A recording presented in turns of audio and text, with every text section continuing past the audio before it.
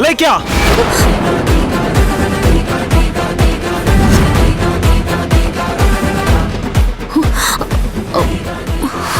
ఏం మాట్లాడుతున్నావు? ఎవరితో మాట్లాడుతున్నావు?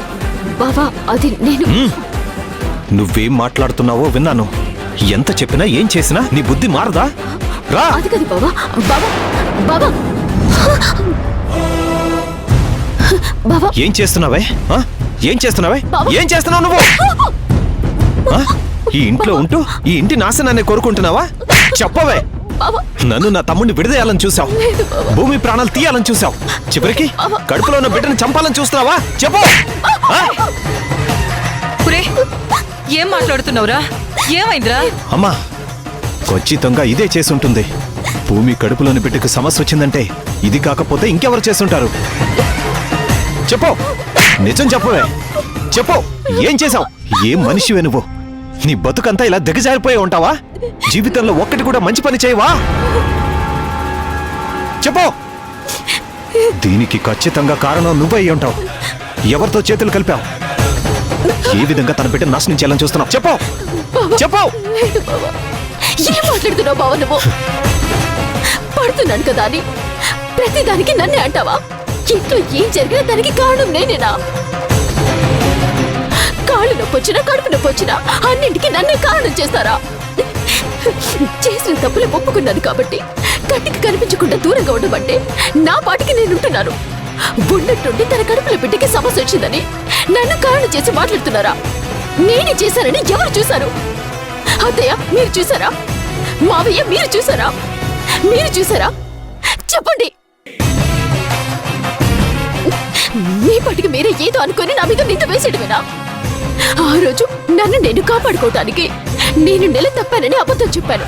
కడుపులో బిడ్డ ప్రాణాన్ని తీసేంత కాసేదాన్ని కాదు నేను. అలా చేస్తే నాకు వచ్చే లాభం ఏంటి? అలేఖ్య, ఎందుకు ఇలా అరుస్తున్నావు? నీ కడుపులో బిడ్డని నేనేదో చేశానంటగా, ఆ బిడ్డ ప్రాణం తీయాలని నేను చూశానంట కదా. ఏంటి బావగారు, బిడ్డ సమస్యకి డాక్టర్ గారు ఏమీ చెప్పలేకపోతున్నారు. తనేం చేస్తుంది? తన మీద ఎందుకు కోపడుతున్నారు? నీకు తెలియదు. ఉండు భూమి. ఇలాంటివేమైనా చేయాలంటే ఈ ఇంట్లో ఉన్నది తనే. తను తప్ప ఇంకెవరూ చేయలేరు. నిన్నటి వరకు బాగున్న బిడ్డకి ఇప్పుడు ఉన్నట్టుండి ఇలా జరుగుతుందంటే కారణం ఎవరై ఉంటారు? అబార్షన్ చేయాలని డాక్టర్స్ అంటున్నారు అంటే ఉన్నట్టుండి అంత ప్రాబ్లం ఏమొచ్చింది? నిజంగా ఆ బిడ్డ విషయంలో ఇది ఏమైనా చేసిందని తెలియాలి. దీన్ని చంపి జైలుకి వెళ్ళడానికి కూడా వెనకాడను. బాబా నేనే చేశాను అంటున్నావు కదా, నిరూపించండి. మీరు చంపడం కాదు, నేనే అందరి ముందు నట్టింట్లో పొరేసుకొని చేస్తాను. ఓకేనా?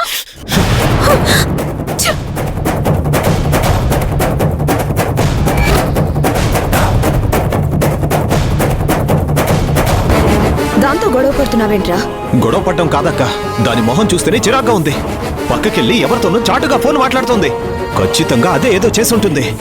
తన ఇంట్లో ఒక్క నిమిషం కూడా ఉండడానికి వీల్లేదక్క. ఛ, అసలు ఇలాంటి దాంతోనే ఇన్ని రోజులు కాపురం చేశానని తట్టుకోలేకపోతున్నాను.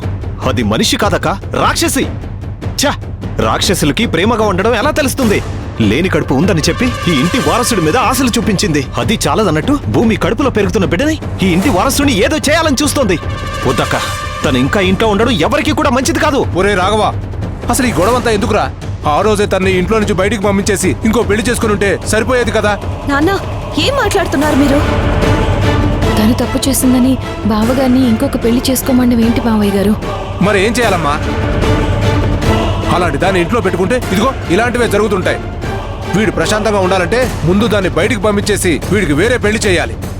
వాడు జీవితంలోకి ఇంకొక అమ్మాయి వస్తే వీడు ప్రశాంతంగా ఉంటాడు.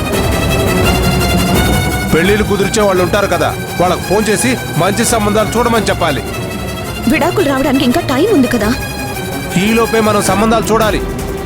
అలేకే ఇంట్లో నుంచి అడుగు బయట పెట్టే లోపు కొత్త కోడలు ఇంట్లోకి రావాలి.